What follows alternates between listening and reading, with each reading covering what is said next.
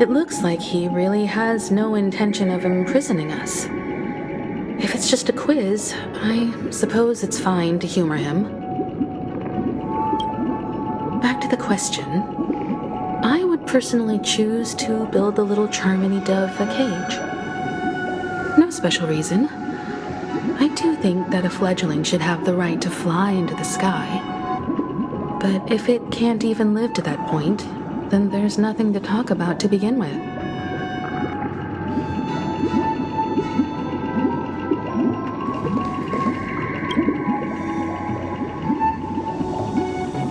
I can't decipher his intentions right now, but based solely on that question, I would probably choose to build that dove a cage. Even if I was gonna release it back into the sky, it'd have to be strong enough to fly first. If I left it where I found it, I fear it'd never get the chance to fly ever again.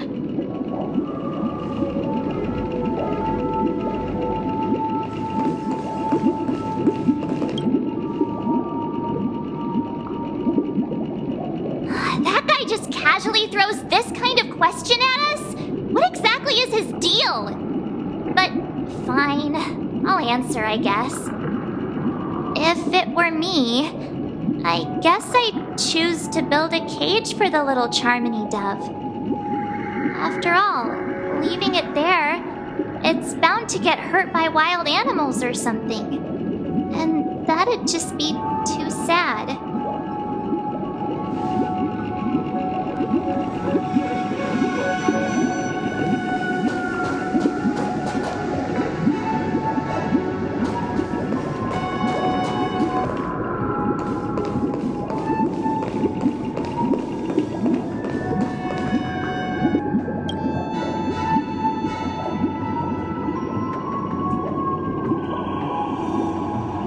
I'm happy to see that you made a choice similar to ours. If your mind is made up, let me reveal the outcome of this choice. We passionately nursed it back to health, preparing only the best food for it every day. We even preened its feathers. Later, on the day that Robin left Penacony, we opened the cage door and let it fly back into the sky. I watched it for a long while by the window, probably about 3 or so days. In those 3 long days, the little Charmony dove tried again and again to spread its wings to fly into the sky, but fell to the ground, only to keep trying. Finally, on the 137th attempt, it succeeded. But its attempt did not go perfectly. After flying unsteadily for a while, it fell to the ground, unable to grasp the direction of the air currents. The fall shattered its wings. It writhed helplessly in my embrace. But it was all for naught, finally succumbing to a painful demise. And in that instant, our tender care, our given love and hopes, they all became the inevitable push that sent it to its death. I deeply regret the choices we made. Next, let us head to the second decision. This time, it's the story of a dream chaser. This story happened when I was appointed as Bronze Melodia, a position exclusive to the Oak family, charged with listening to the problems and vexations of dreamscape residents, and providing them with the relevant guidance. It was during that period that I had the opportunity to hear voices from all corners of the dreamscape. Joy, sorrow, arrogance, regret. The complex tapestry of human nature that formed the world. And I was fortunate to catch a glimpse of it. He was a dream chaser and an illegal stowaway. Just like the rest of them, He came to Penacony in search of a better life, except that, to most people, the price he paid, I suppose you could say it was everything. He told me I sold everything I could at home.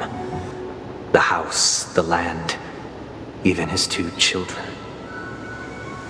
He said he could not afford to raise them, and that at least they could eat if they lived as slaves. He had a plan in place. He would buy back his children once he had made his fortune, and enjoy Penacony's beautiful dream with them. Alas, his plan to smuggle himself was somewhat clumsy, and he was sniffed out by those pig-headed hounds. After hearing the Dream Chaser's story, I immediately appealed to the Bloodhound family to cease their pursuit. That way, at least he could live peacefully. But I was still too naive to the ways of the world. I did not anticipate that what I thought was a kind gesture would later lead to dire consequences. I'll tell you the outcome soon. For now, I'd like you all to make a choice. Will you do as I did and try to convince the Bloodhound family to pursuit so that the Dream Chaser may live peacefully and realize his wishes? Or will you remain silent, leaving him to languish while the hounds are hot on his heels until his inevitable judgment arrives? I look forward to everyone's decisions. Who knows? Perhaps they might even alter the outcome of this tragedy.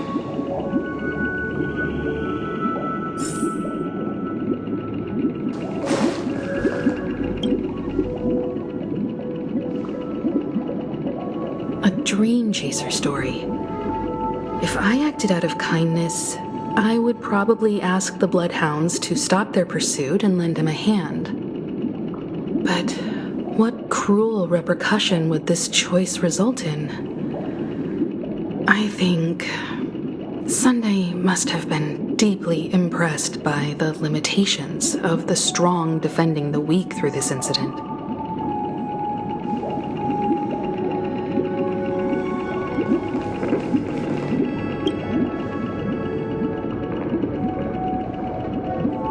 This question. Surely it has some connection to the baby bird story. And this connection is precisely the breakthrough Sunday aims to use to persuade us. I'd probably choose to ask the Bloodhounds to cease their pursuit.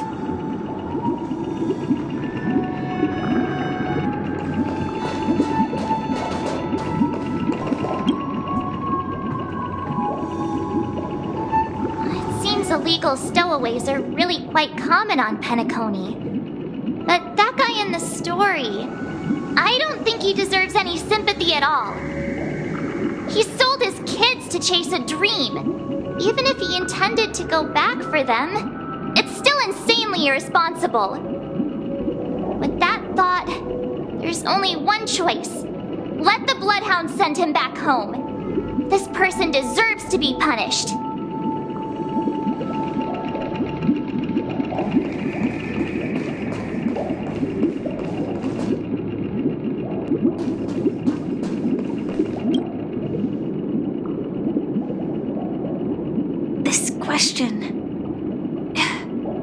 I'd probably choose to ask the Bloodhounds to cease their pursuit.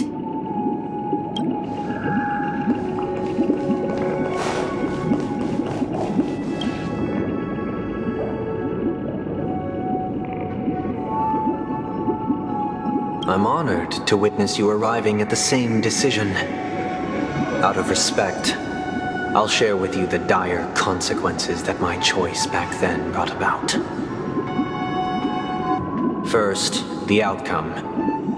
He attained major success.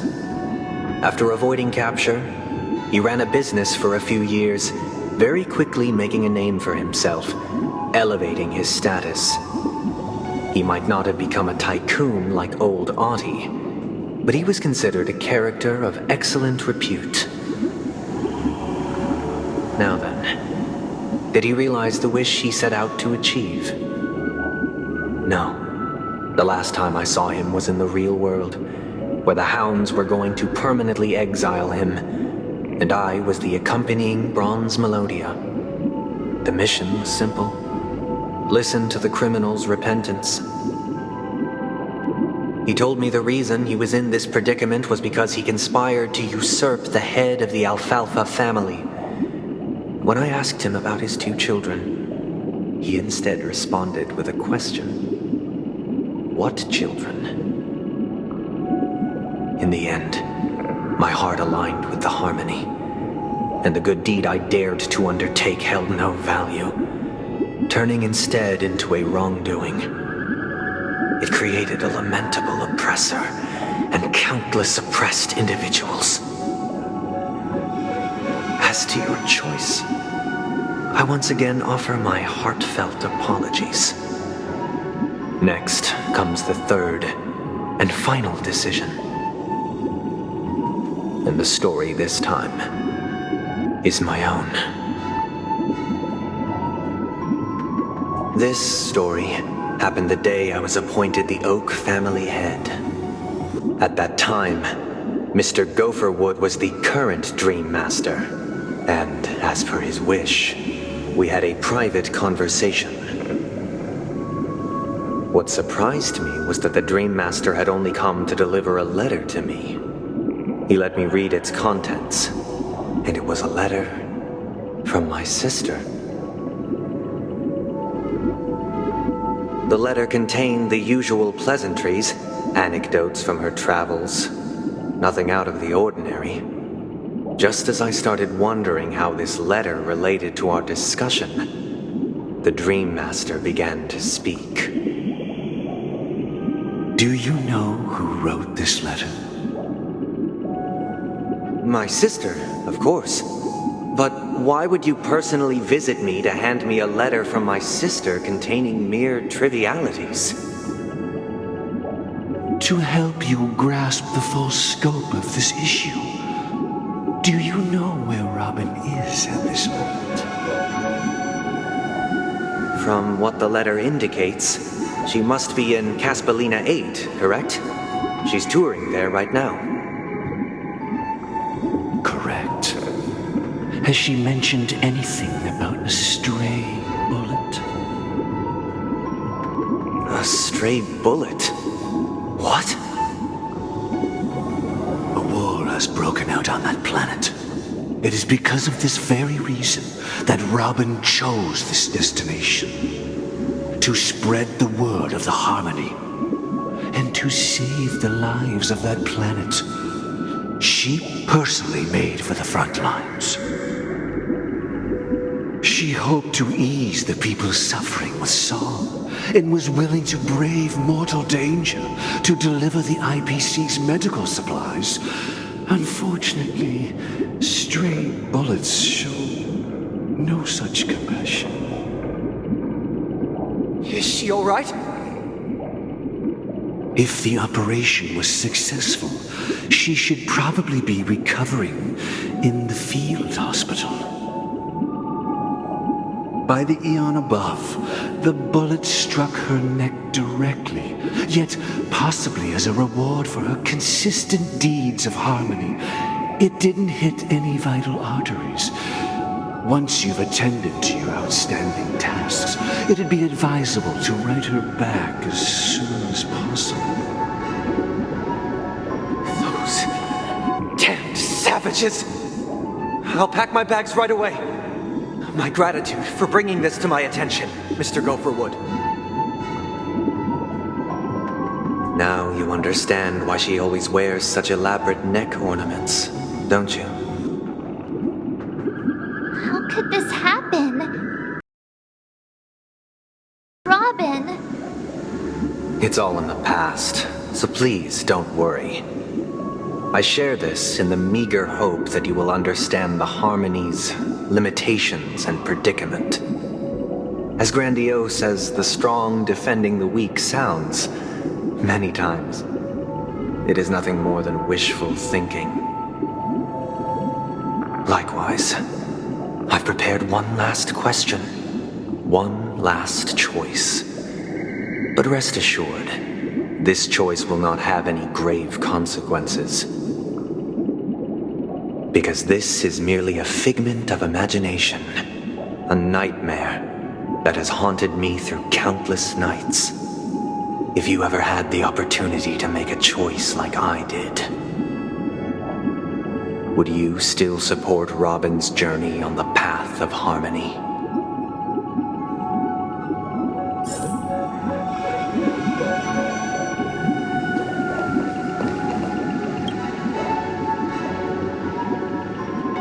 I often feel like I've dreamt of similar scenes on certain nights. In the dream, I see blurry faces. I don't know who they are, but I sympathize with all of them, fighting for survival against some unfathomable force. Their confusion and fear are lucid to me, but I also remember they chose never to give up. Just like Miss Robin. If Mr. Sunday's question leaves you puzzled, you should find the answer from your own experiences.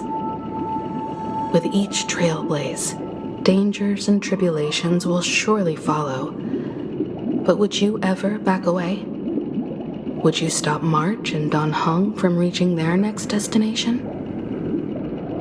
I believe you have an answer of your own in your heart.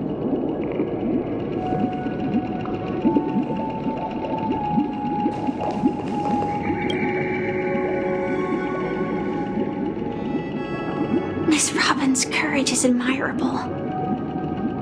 And here I was thinking she was just another superstar celebrity.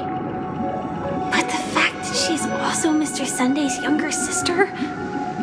No, I doubt he'd wish harm on his own flesh and blood, no matter how grand the ambition.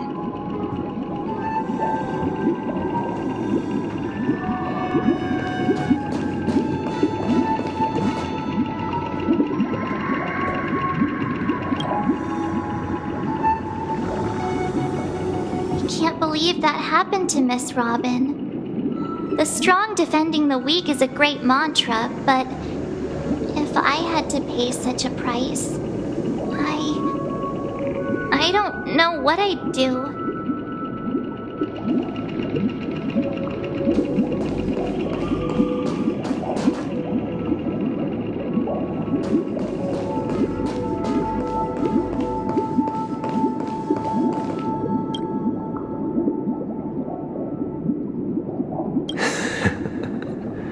I see. I am now aware of everyone's stances. Raising these questions merely serves to illustrate one point. The plight of Penacony cannot be salvaged by the harmony. The true foundation for a sweet dream paradise can only be established through the order where the strong govern the weak. I know the suffering of being tormented, the turmoil of losing your way, how sorrow and even despair set in when matters don't work out. All of this causes me unending pain, because this is not what happiness is at all. We must teach the weak how to live a happy life. And this life isn't some noble propriety that the upper crust preaches, but in definitive terms, a way of survival that belongs to everyone. So what is your definition of living a happy life? Good question. Human consciousness is fundamentally an illusion, a cage known as self-worth.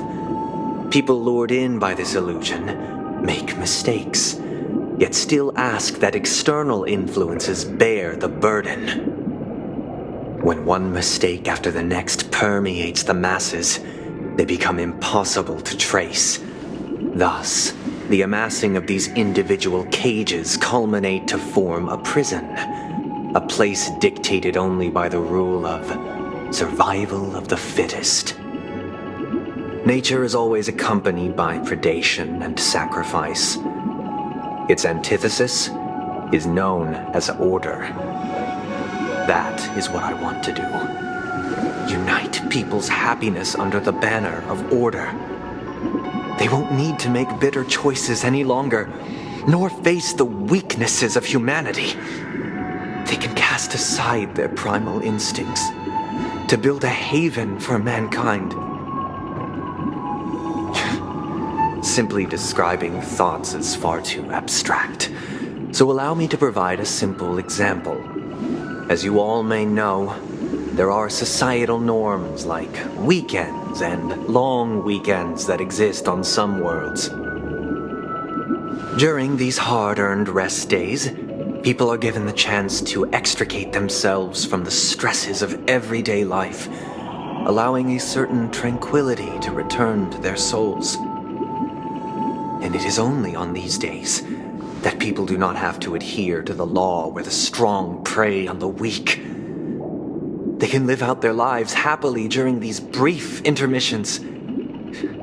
It's just a pity that 2 or 3 days are still too fleeting compared to the span of a lifetime. From where I stand, society's ideal system should be 7 rest days.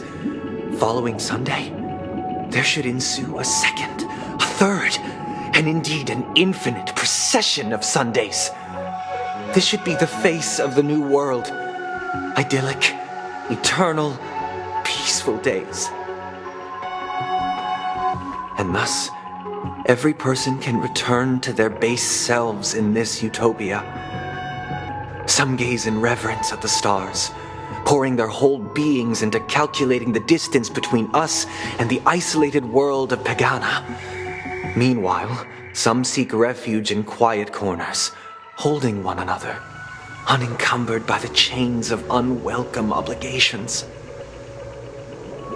There would be no need to bear the hardships of reality. Only in this way can humanity face the inevitable end with the purest of spirit, living a life of dignity. This is what it is to live in bliss. Miss Firefly, you who are stricken with entropy loss syndrome, you of all would surely understand this.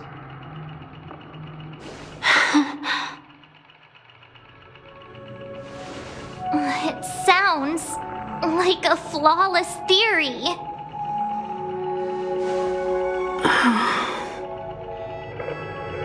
But what is the price to attain all this?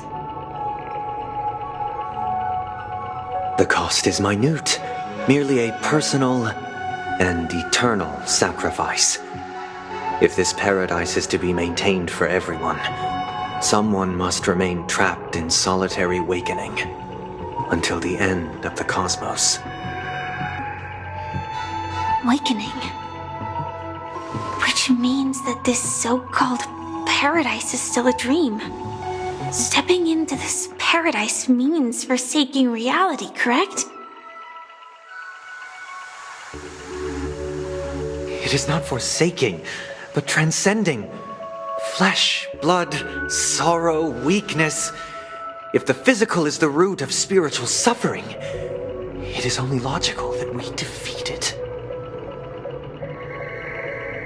But in this supposed bliss, people won't have defeated their demons. The chance to overcome their tribulations would be forever lost to them. In other words, it is an escape. That's another way of understanding it. But there is no shame in escape. On the contrary, the seeds of escape exist in everyone's hearts. Don't you agree, Miss Firefly? And as to why we sleep, it is because we are afraid to awaken from our dreams. But this is not in conflict with the grand plan. Only in acknowledging this can we truly understand the frailty of human nature, and from there, show compassion and protection.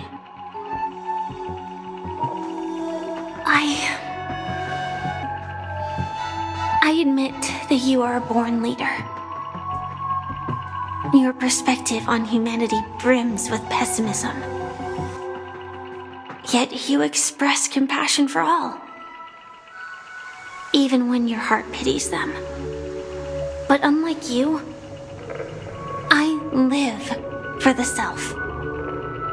From my perspective, individuals making choices for themselves is their birthright.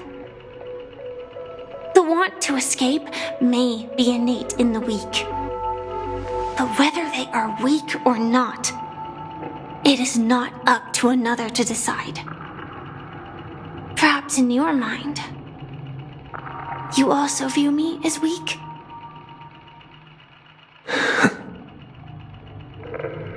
Because I don't think so. Since Miss Firefly has said her piece, the Astral Express will also naturally give you our answer. We'll leave it to you, just as Mr. McHale instructed before. Tell him our choice.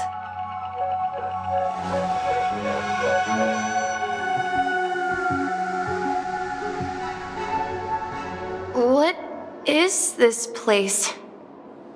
Does this place ring any bells, Misha?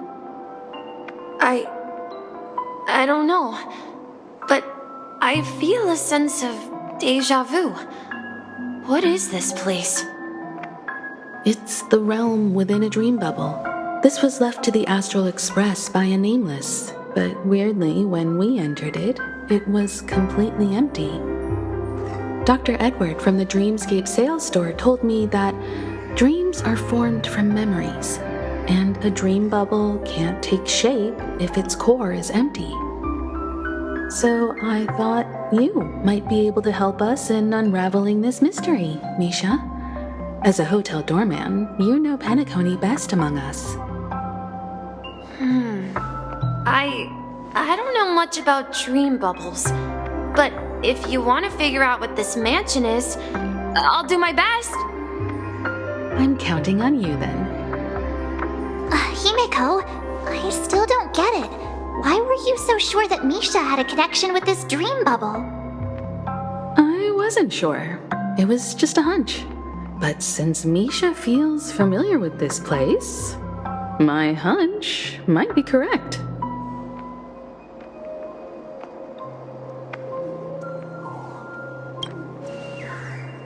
Exactly. This is where you and Firefly encountered death, which we now know as dormancy. Considering its connection to Dreamflux Reef, it's not surprising it appeared here. The question now is, who brought you here? Based on the clues we have so far, it's unlikely to be that masked fool, so identifying them is crucial to us. We're drawing closer to the truth once more. Let's give Misha some time, as I believe he'll unveil the secret of this dream bubble.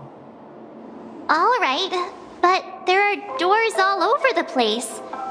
Which one should we choose? Do you have any idea, Misha? I guess... maybe this way?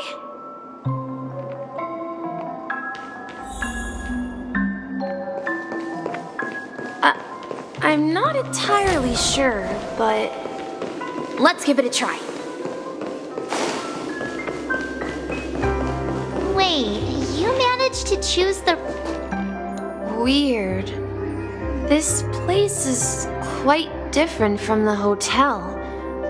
But I feel like I've been here before, and even lived here for a while. If I remember correctly, there should be a fireplace down that hallway. Clocky and I used to sit by the fire, listening to the crackling of firewood. And the room on the other side was the toy room. I loved spreading out all the toys from the box on the floor and making up stories for each of them. Hold on. This doesn't make sense. Didn't I grow up in Dreamflux Reef? So, what is this place? This could be a case of amnesia. Don't worry, Misha. It's common for everyone to forget certain aspects of the past. Those memories haven't vanished. They're just lying in the depths of your mind. We can surely get them back. Since this place seems familiar to you, why don't we explore a few more rooms and see if you can recall anything more?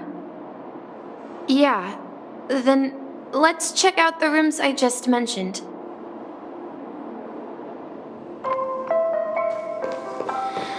Tick-tock. Tick-tock. Tick-tock. Tick-tock. I heard some noises from the room. Origami Bird? That's a friend of mine. You and Origami Bird are friends? Yeah. It's a member of the Compass crew, just like Clocky and Miss Mirror. And there's more than just one Origami Bird. They are a big family with lots of brothers and sisters who look the same. They follow Miss Mirror's orders and handle all sorts of jobs on the ship. They're the best sailors. Sailors? Can origami birds be sailors? Could you tell us more about the compass, Misha? The Compass is a ship bound for the New World. Clocky and his partners travel through layers of fog to the depths of the sea. Whenever there is danger, Clocky will use a compass and guide the ship in the right direction. That's a great story. But in the Penacony cartoon, Clocky and his partners have always lived in Dreamville and never ventured out, right? Huh? Oh, that does seem to be the case. Weird. I clearly remember Clocky arrived in the New World in the end.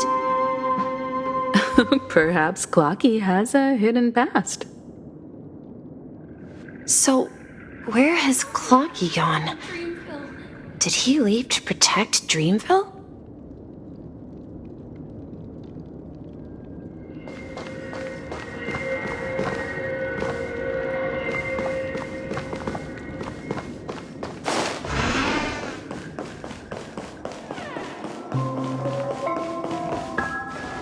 Mikhail, that's the name. Now we all know him as the Watchmaker. So, who is he talking to? Do you know anything about it, Misha? I'm sorry, I don't know much about the Watchmaker. But, Mikhail... Anything special about that name? Mikhail is Grandpa's name. Grandpa? Do you mean you're the Watchmaker's grandson? But we haven't heard anything about the Watchmaker having descendants. And the name Mikhail is not rare. Perhaps it's merely a coincidence. Could you tell us more about your grandpa, Mikhail? Yeah, sure. He was a seafarer who fearlessly ventured into mysterious seas and storms. He was always on the sea and had lots of friends who accompanied him on his travels. He didn't want me to call him Grandpa because that would make him sound old. He believed he was still young. The name Mikhail was given to him by his parents, Mihaly and Elise, both renowned seafarers. Every time he came back, he'd share his logbook with me and tell me about his adventures at sea. I want to become a great adventurer, just like him. It appears that the seafarer has nothing to do with the Watchmaker. So, perhaps it's just a coincidence? So, where is your grandpa now?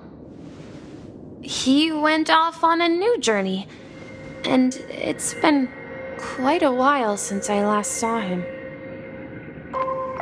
I think I hear the sound of water. You once mentioned there's a magnificent fountain up ahead.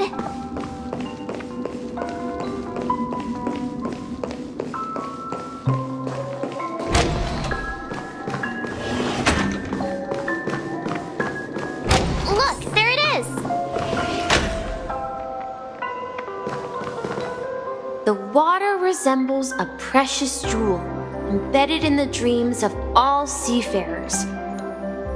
Every time I gaze at the shimmering lights beneath the waves, it feels as though I'm back in this place, standing by your side.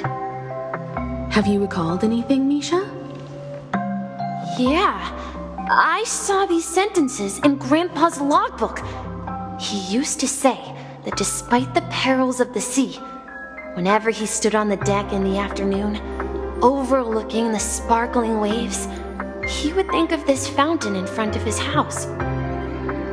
He often said that those moments felt like returning to his family's side, and the difficulties at sea didn't seem quite as challenging. You know, I quite understand such sentiments.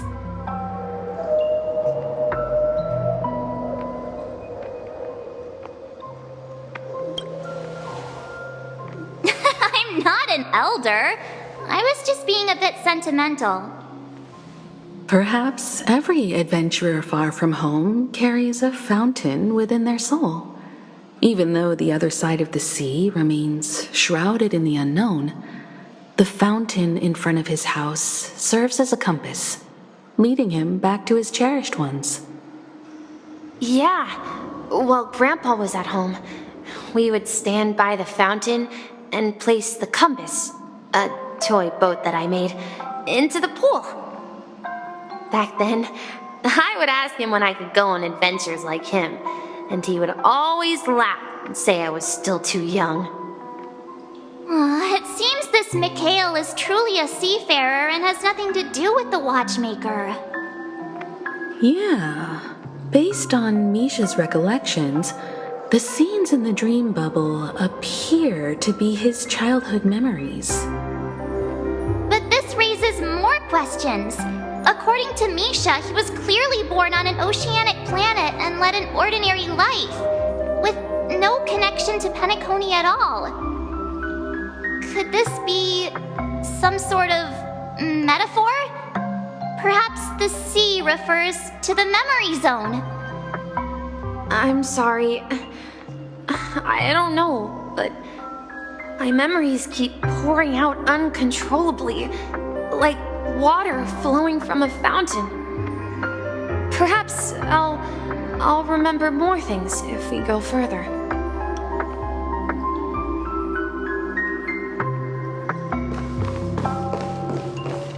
I wish to share your burden. We're going to the opposite side, right? No, we should turn left here. Huh? Something feels different about this place. This is it. Up ahead is Grandpa's study. It was in that room that I saw him the last time. Come out of the fog ride that the news of the ocean is our destiny. The atmosphere in this room feels totally different. Misha, you finally come. Clocky, you're here. Yeah. This is the room where we first met each other. Are those books on the bookshelf logbooks left behind by that seafarer? Yeah. Whenever he came back, he placed a logbook on the bookshelf in his room. They contain records of his expeditions to every corner of the world. He described our world as a fountain. At some point, the sea started to gradually swallow up the land where people lived. To ensure that everyone had land to settle on, he had to continue exploring the sea in search for the source of the rising seawater. On that day, he called me to his study, telling me that he was embarking on another journey. However, I could sense the gravity in his expression. It was the same look I had seen on my father's face before his final voyage. I asked him if I could go with him, but he said that my adventure lay elsewhere and told me to stay home and patiently await a certain sound at the door. What sound? He told me about a vast ocean in the sky. An ocean of stars. He spoke of a train that transports children with a desire to venture far away, traversing the sea of stars without ever stopping. He said that he knew the crew on the train, and that he had asked them to take me along. He said the journey I had always dreamed of would start there. A train? Could it be? It's the Astral Express. I remember now. Grandpa's friends are a group of nameless who came to this world to resolve a disaster caused by a star. Then, he gave his pocket watch to me. It was his cherished treasure, appearing in every one of his adventure tales. He explained that difficult times were ahead, but assured me that the watch would guide me. He said, as long as I kept moving forward, I'd eventually reach my desired destination. And then, it was as if I heard the distant sound of a train whistle echoing throughout the room. Exactly, Misha! And then we followed that whistle, didn't we? Yeah. I think I can still find the way we took back then.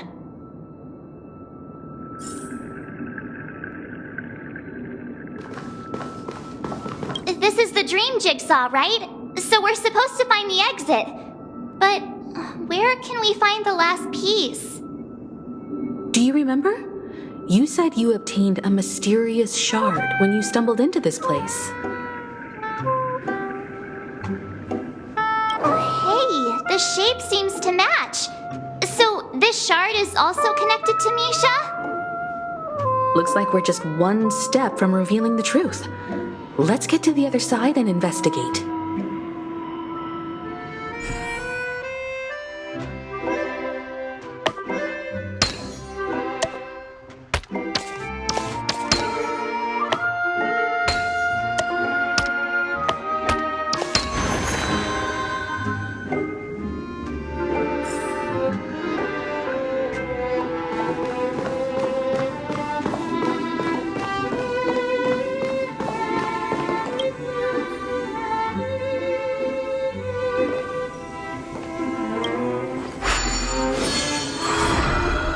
This is it. This is my room of clocks. While I spent my time waiting for Grandpa to return from his voyage, Walter gave me this workshop, and it became my secret base. Here, I learned how to repair clockworking gears out of my fondness of precision mechanics. In my dreams, I was the captain of the compass, embarking on adventures with my companions, Clocky and Miss Mirror, in search of the new world. I was born and raised here. So, this building in the dream bubble is your childhood home? Yes, but not exactly. To be more precise, this dream bubble itself is my home. Looks Looks like you've remembered everything now. Wait. Why does it feel like everyone else knows something I don't?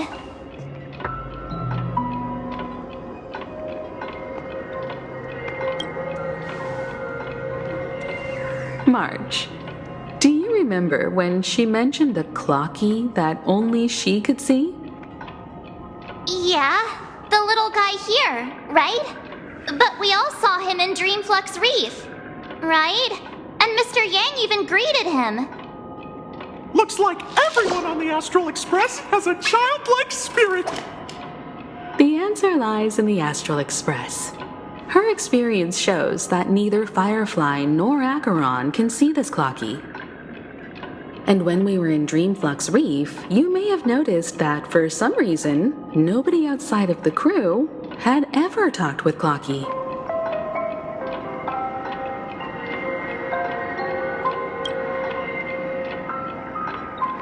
A mimetic life that can only be seen by a select few. It's just like a hidden message left by someone for the nameless. But Misha can see Clocky too, right? They even grew up together. But Misha hasn't started the way of the Trailblaze yet. That's the key to the mystery, March. Now take a moment to recall. Have you ever seen anyone outside of the crew interact with Misha? Wait. No way! That's the answer, March 7th. This dream bubble is the place where I was born. And I'm a dweller in this dream. Just like a memory zone meme. I should have stayed here and waited for you. But when reality and memories merged, I unconsciously pushed open that door and left the bubble with Clocky.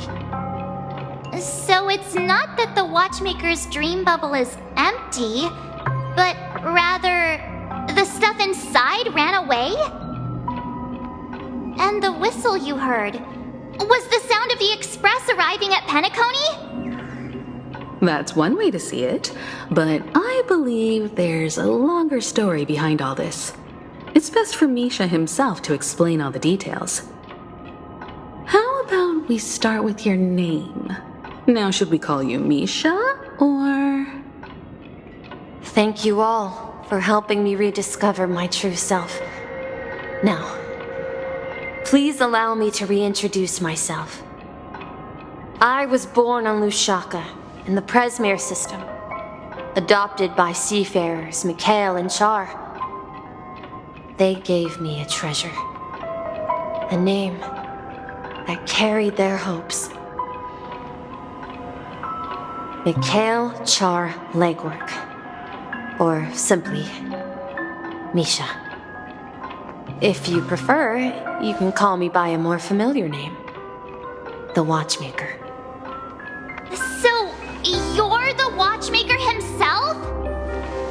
Unfortunately, that legendary figure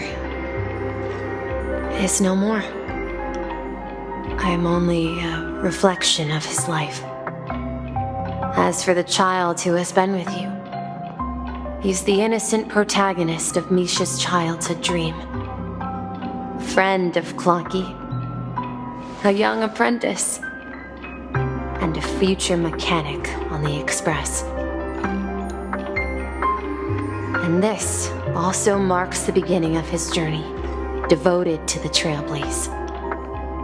At the end of the journey, I left this little flame, which I so cherished, in my deepest dreams, hoping to pass it on to the nameless of future generations.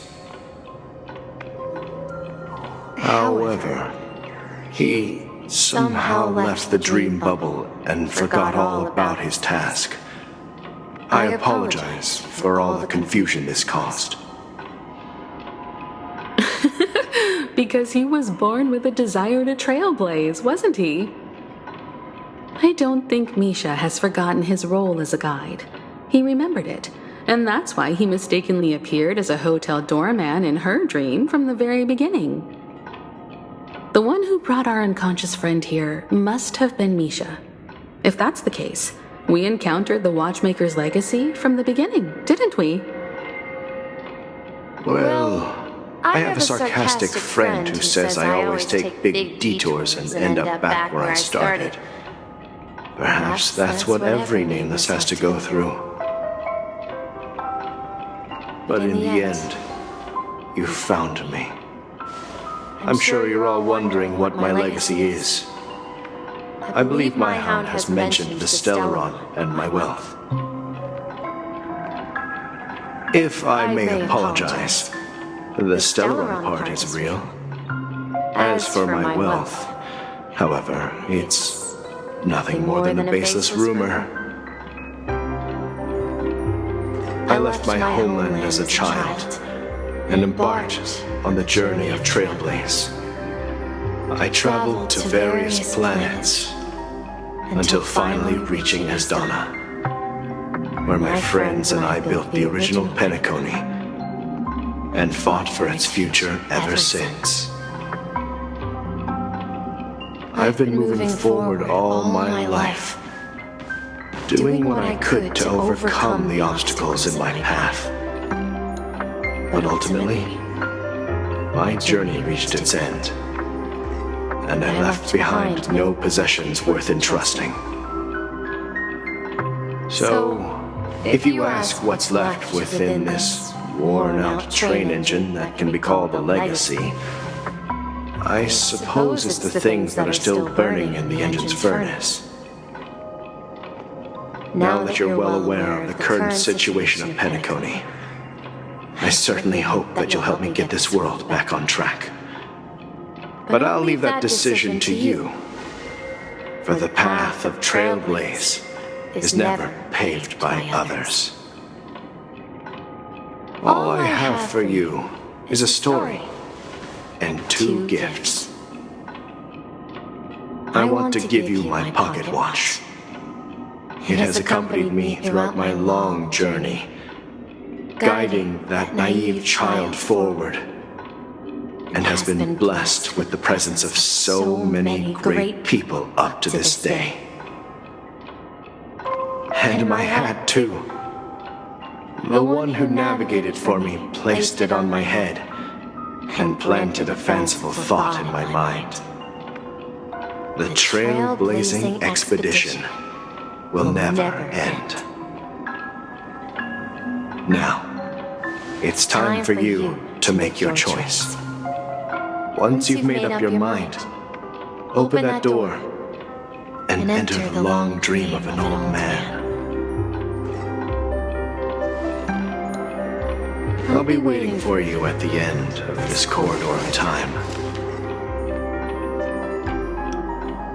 All right, everyone, let's make a decision.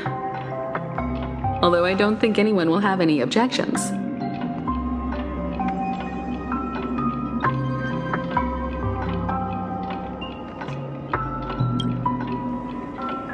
Of course. We've come this far. Surely there's no other option than moving forward. In that case, it's unanimous. Then let's proceed together to the end of this stream and tell Mikhail our decision.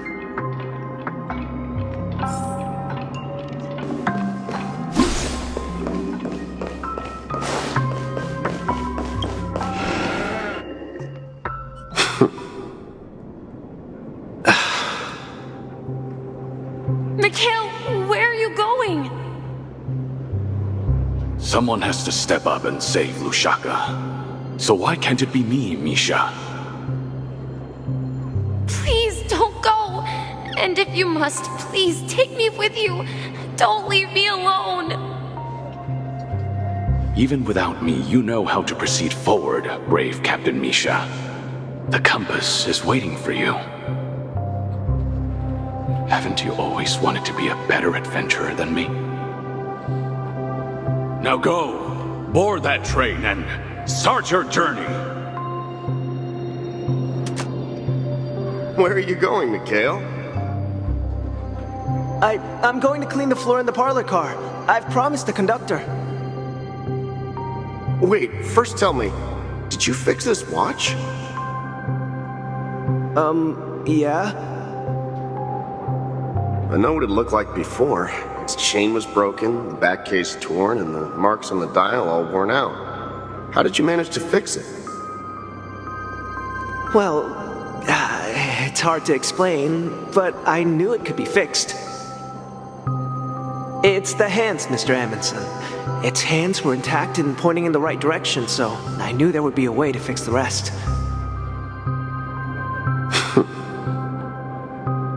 I see.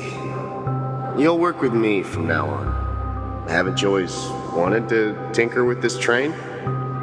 You're its mechanic now. As for the conductor, I'll do the talking. But I only know how to fix watches. Don't worry. You've got what it takes. I'll teach you what you need to know. Where are you going, legwork? It's time to head to our next stop.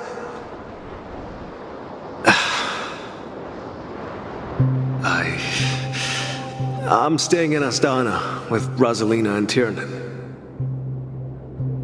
I see. This place reminds you of home.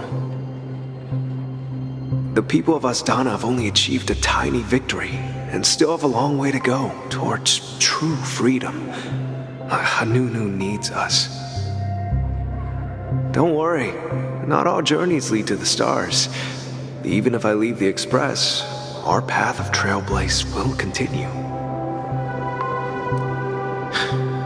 Yeah. I knew you wouldn't stay on the Express forever.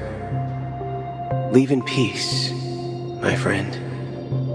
And, take this with you. This is Mr. Amundsen's hat. But why? When he departed, he said he would leave it to his best student. Well, I suppose the time has come. Farewell, legwork. Take care of Tiernan and Rosalina. And don't forget to write to us.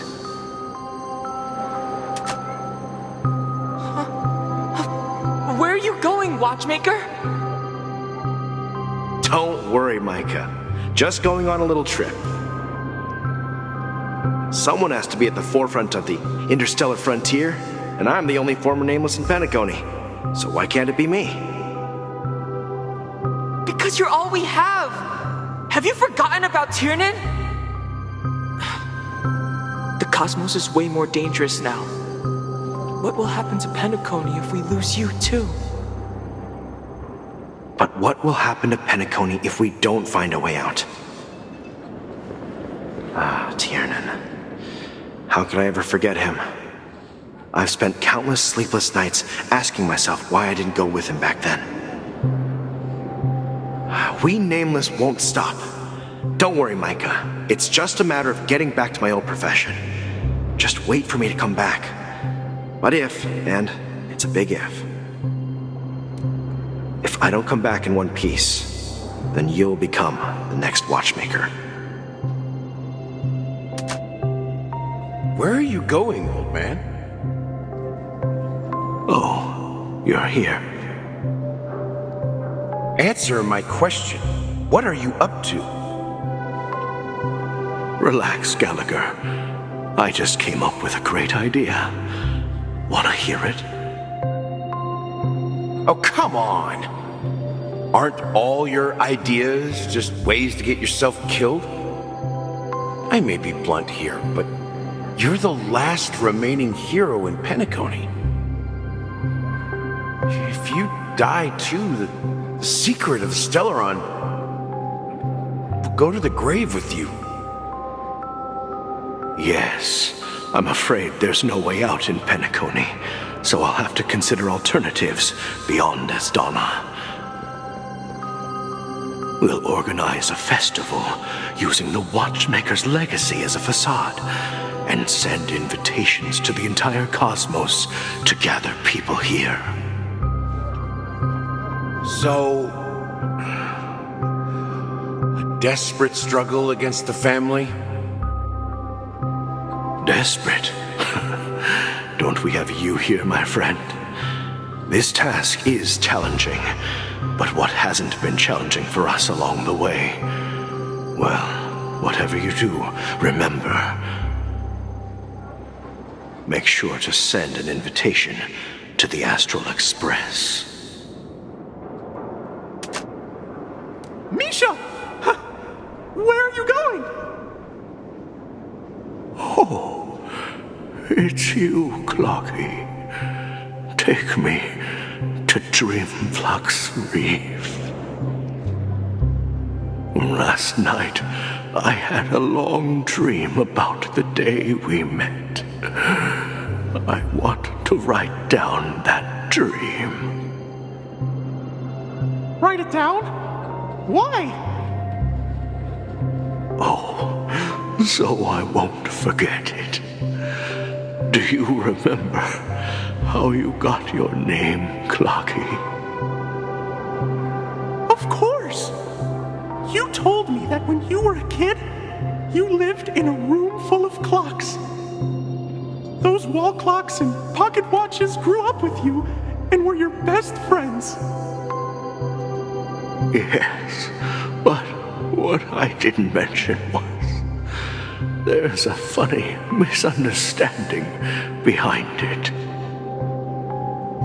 I was a kid, and there was always a special pocket watch in my memories. It was with my grandpa, guiding him on his sea voyages and leading the way in his every adventure story. I wanted to have a pocket watch like that too. And that's when you appeared in my dreams. Yeah. Every night, we boarded the compass and set sail together. But you know what? It wasn't until the day my grandpa gave it to me that I realized it wasn't a pocket watch at all. It was a compass. So, your name should have been Compassy. And the watchmaker is just a nameless.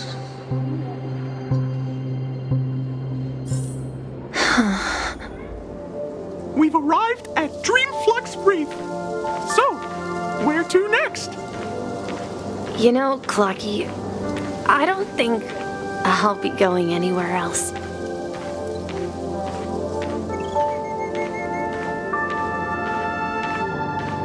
Wait a sec!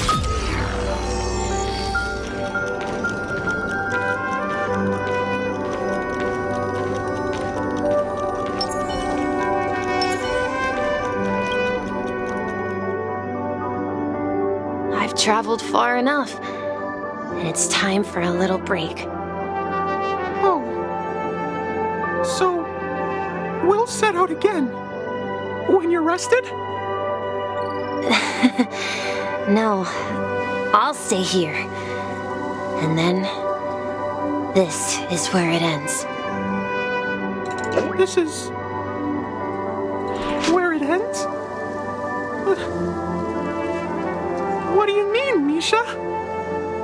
You told me that the Trailblazing expedition would never end.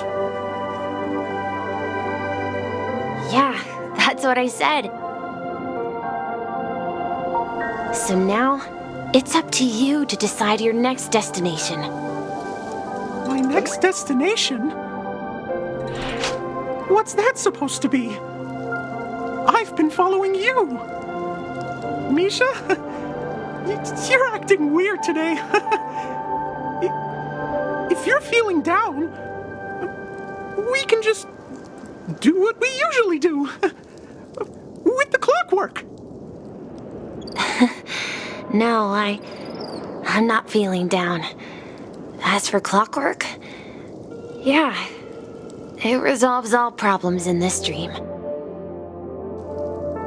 So, do you know what clockwork actually is?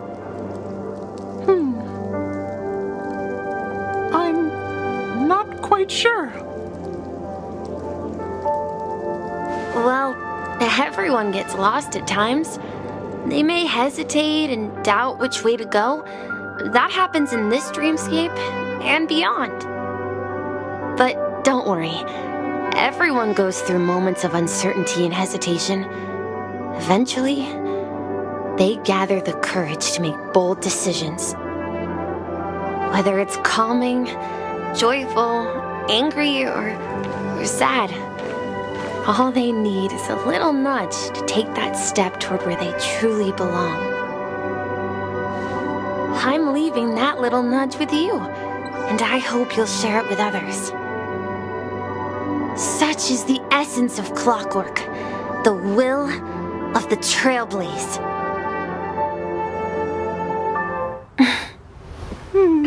Clocky's hands spin around non-stop, indicating confusion, frustration, and weakness.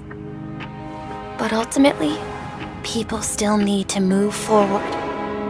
Just like your hands, always pointing ahead. This is where my journey ends. From now on, it is your path to walk. Trailblazing means taking paths your predecessors forswore and venturing even further.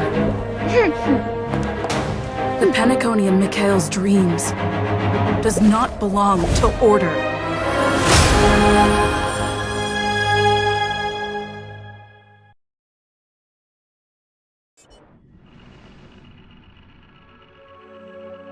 I can't believe that Eon would cast a glance at Penacony at a time like this. Is it because of the resonance from the legacy of the Trailblaze? Or perhaps the bond between you is so strong that it even impresses an Eon? Well, there might be another possibility. Perhaps they want to witness, on behalf of the fallen Eons, who will hold the future of Penacony. If that's the case, on behalf of the Dream Master of Penacony and the 107,336 members of the Oak family, I'm extending a formal invitation to all of you. I'm cordially inviting you all to the Penacony Grand Theater to participate in the upcoming Charmony Festival. And, of course, you won't be in the audience, but on center stage. Since the future of the Stellaron, Penacony, and even the entire cosmos is at stake, let's draw a conclusion there, in all fairness. If you truly believe in Akavili's path, then show me their courage and determination.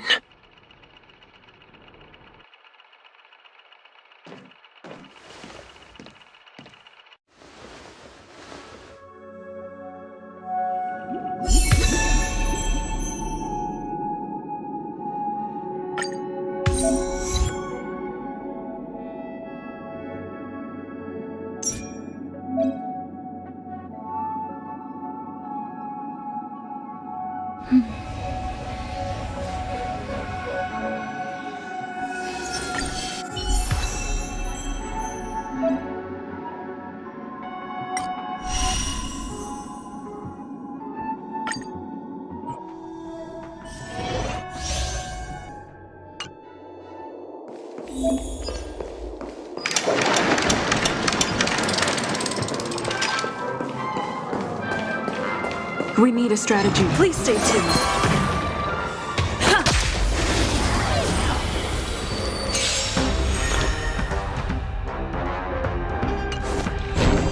Time to test our rapport.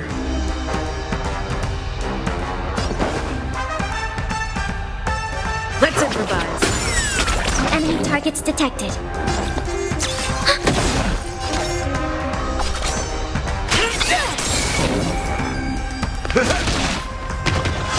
Oh, what if it hurt?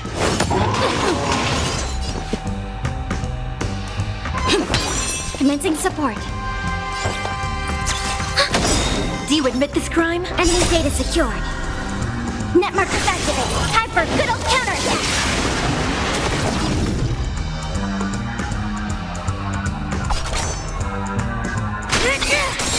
Step up, let's see ya!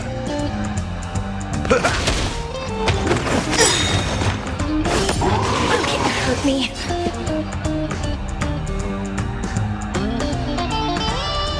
The mood is set just right. Let the show begin!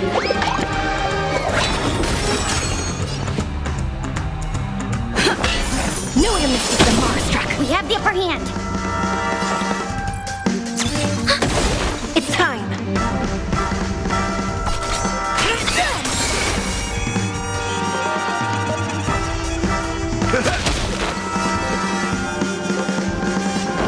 Dreams do come true.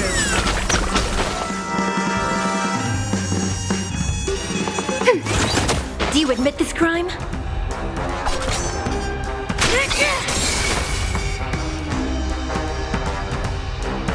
Nice like a good brew, my friends. Indulge yourselves!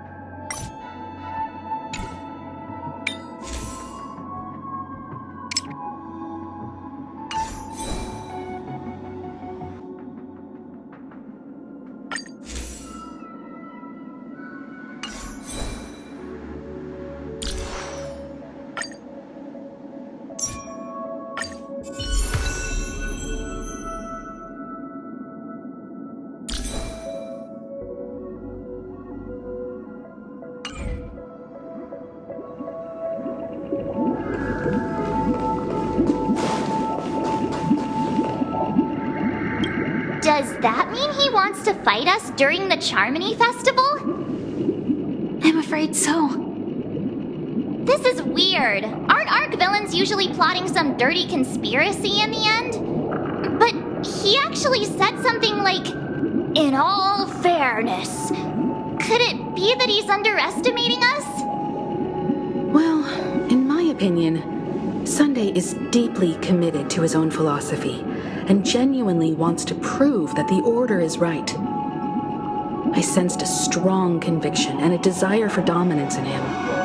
Maybe he won't accept the outcome unless he wins fair and square. That's why he'll give it his all in the upcoming battle.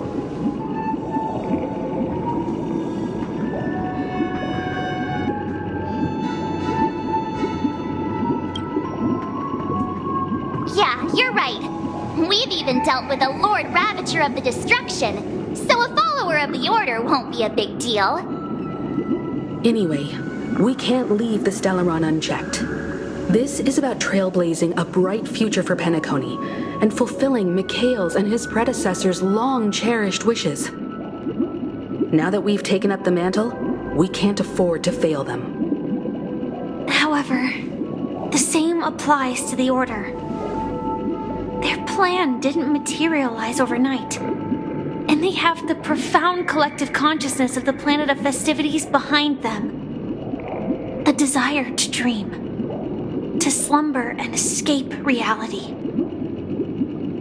All those hidden emotions have given birth to the sweet dream of the Order. They've harnessed the will of an entire planet to create an eon. This confrontation is far more complicated than a simple power struggle. To secure Penacony's future, fighting on the stage alone is not enough. What do you mean? Are you not coming with us? I believe Firefly is trying to say that she's heading off to another battle.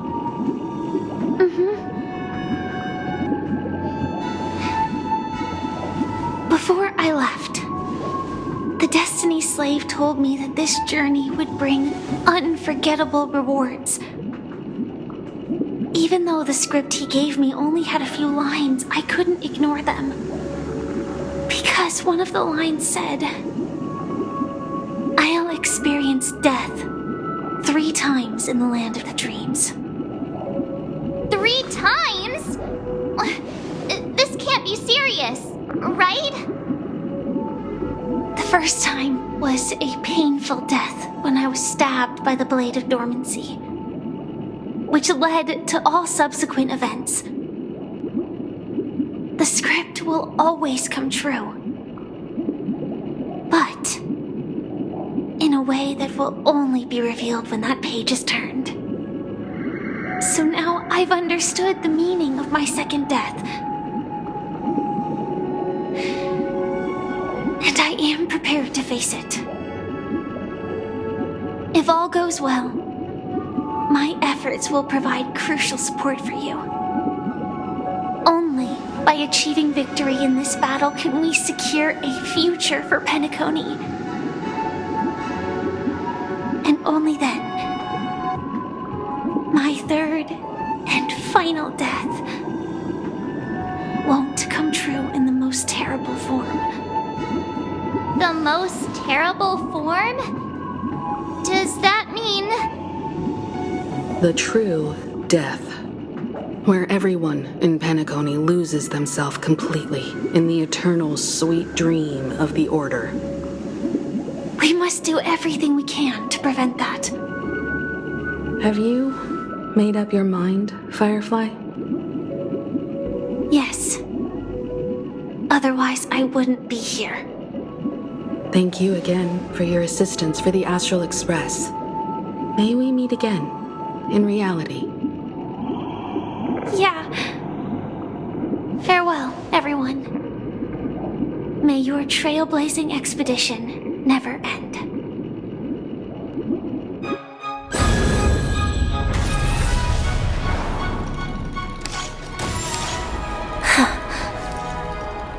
I dreamed of a scorched earth. Everyone, are you ready? A new shoot sprouted from the earth. It bloomed in the morning sun and whispered to me. Like fireflies to a flame, life begets death. May we meet again in reality.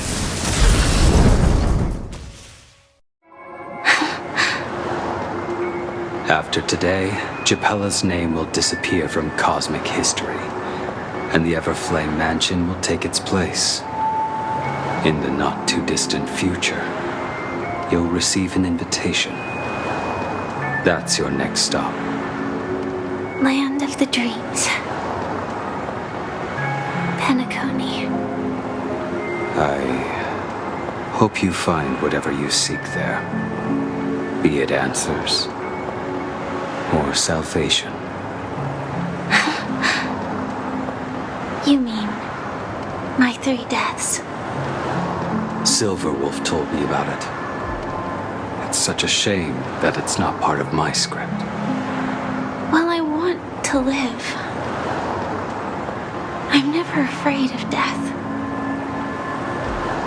The opposite of death is eternal life, and that's something I'll never desire. People die, and I am no exception. Death is like a script, a fate that cannot be defied. But that's exactly why we have to choose where we want to rest forever. Do you exist just to perish? Are you not the same, Blade? The end you desire is not one dictated by others. If I were to die now, I I would only be a weapon. I believe I should die as a human. Though its definition escapes me, isn't this the answer that ordinary people look for their whole lives? A name that can be carved onto their tombstone. The tombstone that belongs to me once bore the inscription, Glamoth's Iron Cavalry. Then it changed to Stellaron Hunter. But one day, it will bear the name Firefly. And all the brilliance she showed at the end of her life.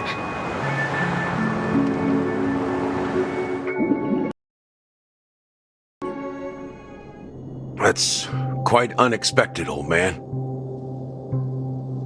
Who would have thought your crazy plan would actually work?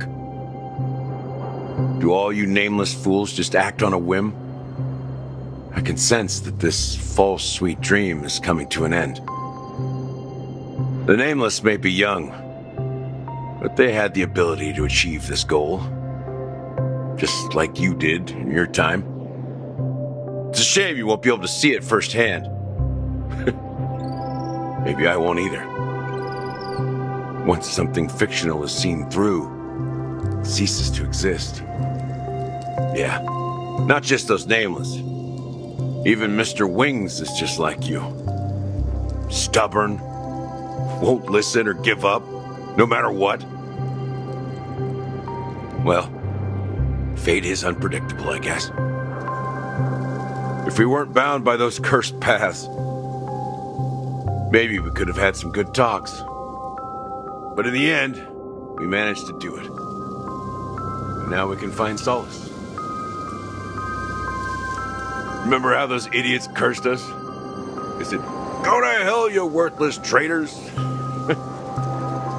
Well, I don't know if they really meant it, but if longing for freedom means going to hell, then I'll be joining you soon, you old fool. Let's get together and have supper again in hell. Oh, I almost forgot. There's one more thing.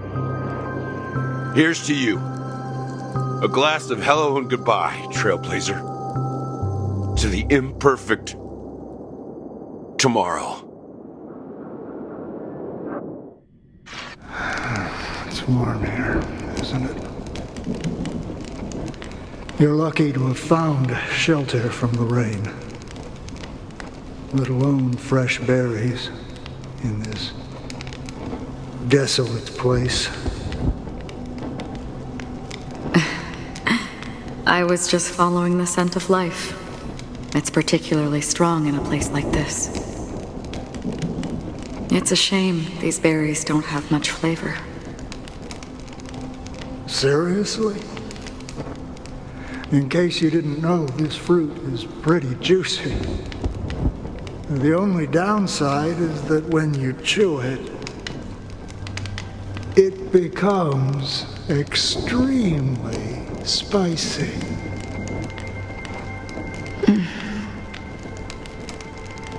Have you lost your sense of taste?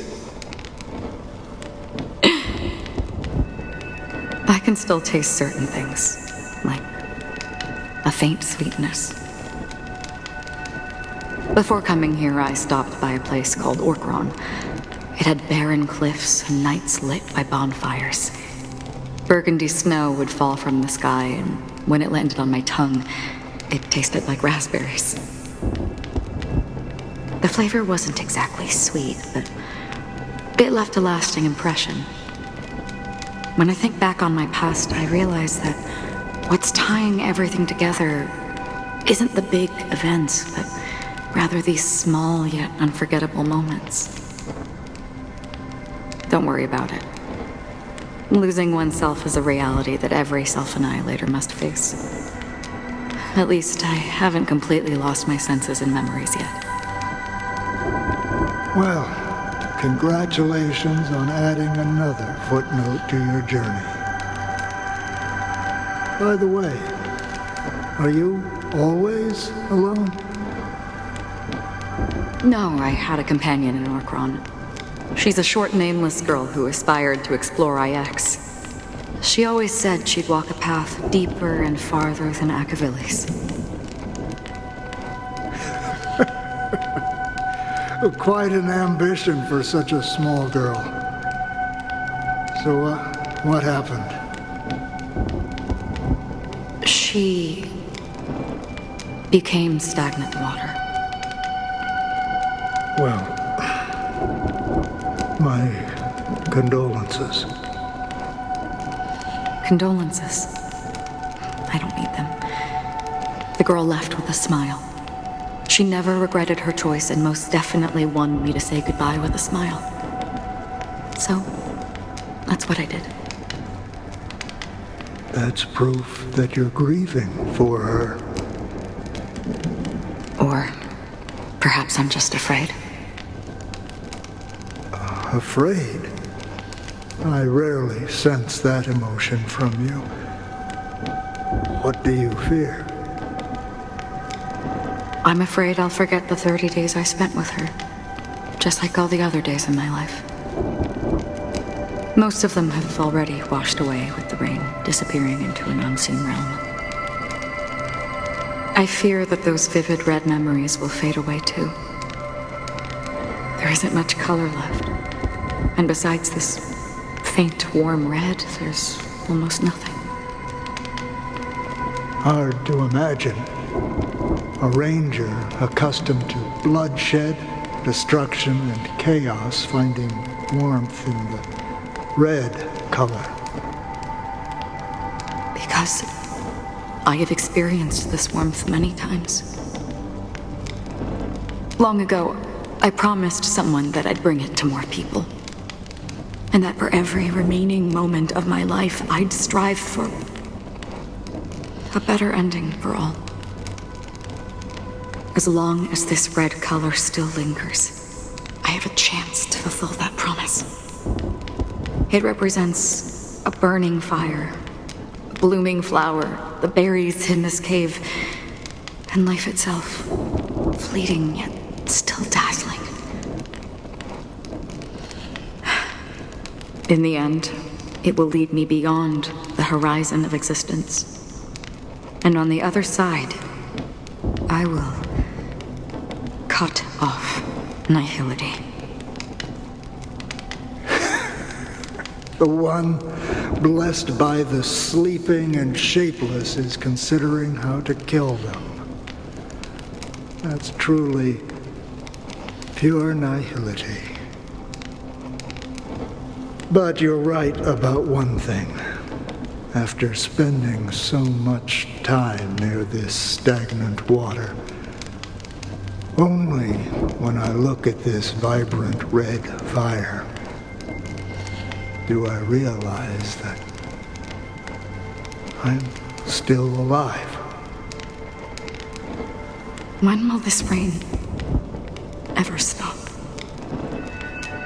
Perhaps when the sorrows of the departed have finally quieted down, the sky will clear up.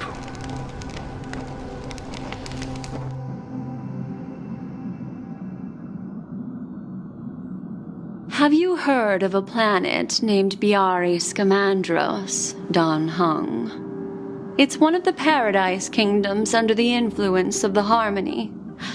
A sought-after wonderland for the inhabitants of the Dardanu Major and Minor systems.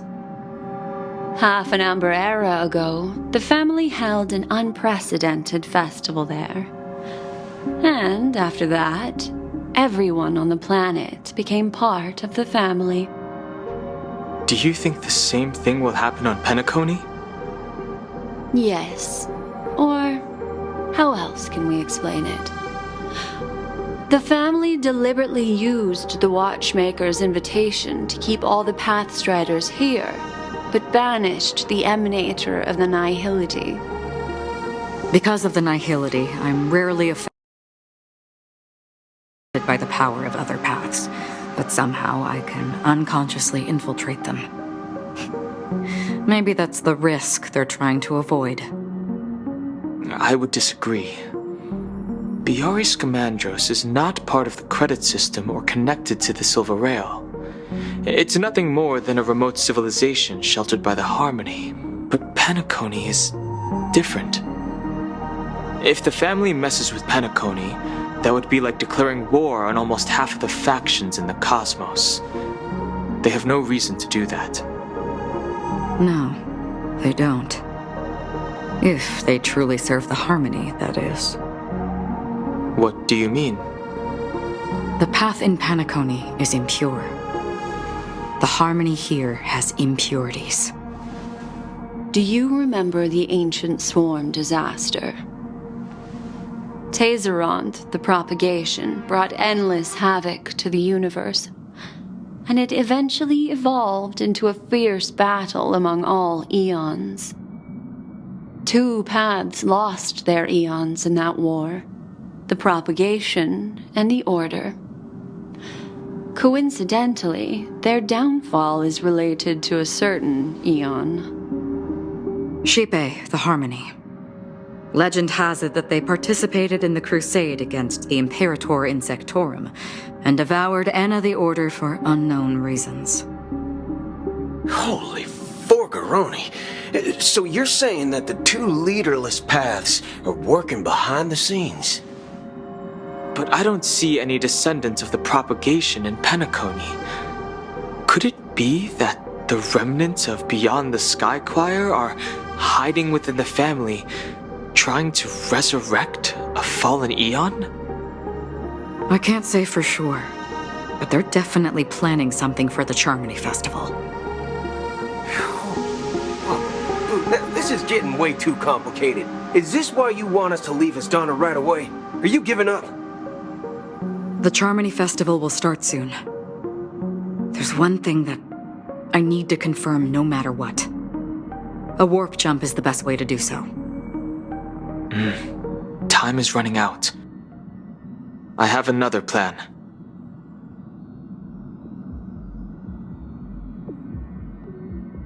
Hold on. Are you thinking of using the Jade Abacus of Allying Oath? Exactly. The assistance from the Lawful Cloud Knights would be enough. Think it over carefully. You can only use that once in your lifetime. I have considered it thoroughly. My companions are... they're also once-in-a-lifetime treasures.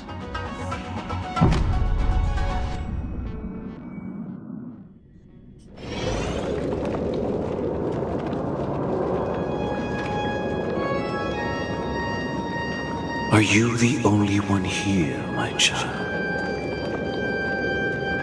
The Nameless is quite the diplomat. Our secrets have spread like wildfire within the family.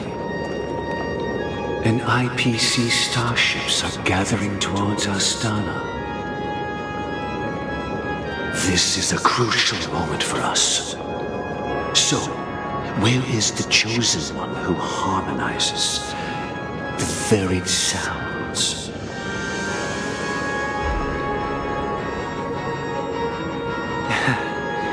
What do you mean, Master?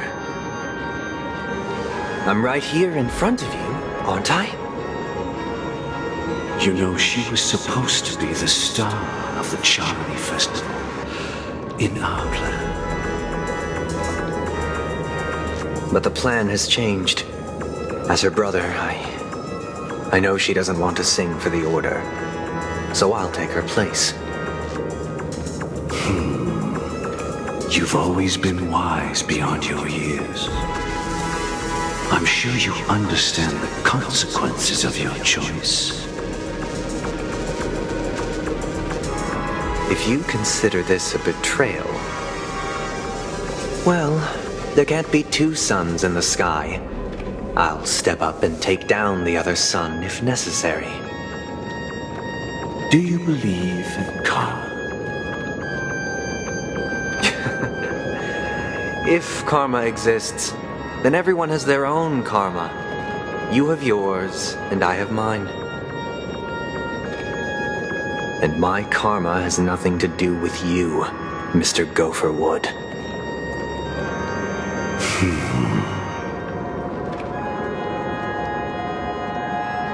All right.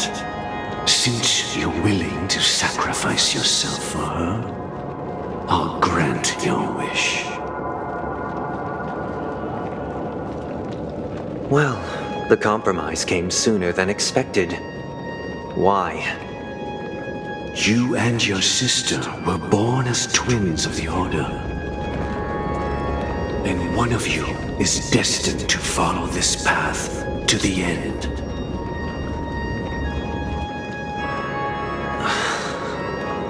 Is this part of your plan? Of course. You're still as clever as you were when you were a child. The opening is near. Go, my child. Seize the power of the harmony and reveal your karma. I have one final question, Master. Why did you choose to bring the Order to Penacony? Wouldn't it have been better to choose a desperate world instead of a city filled with hope and dreams? Why? It's for justice, my child. If we lose justice in our hearts, we'll make the same mistake as the Harmony did. So, it's not you who manipulates the dreamscape with the Stellaron, but... Well, that's where our conversation ends. Go ahead. The 107,336 souls of the Oak family have dreamed of this moment too many times.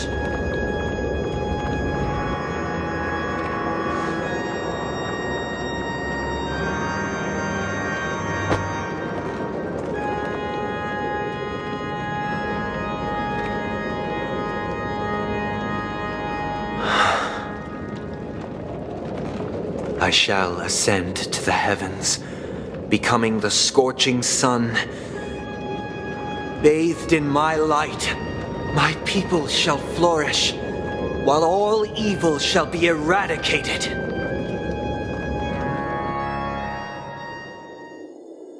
This is the interior of the Penacony Grand Theater. It's quite exhilarating to be flushed into the air by Soulglad. But why is the venue still closed when the Charmony Festival is about to start? And not only that, the entire theater is eerily quiet. No audience, no staff, no one around.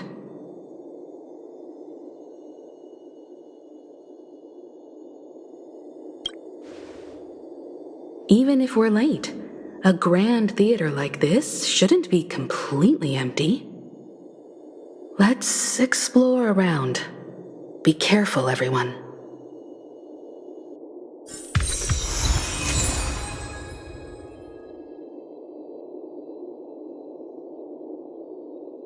You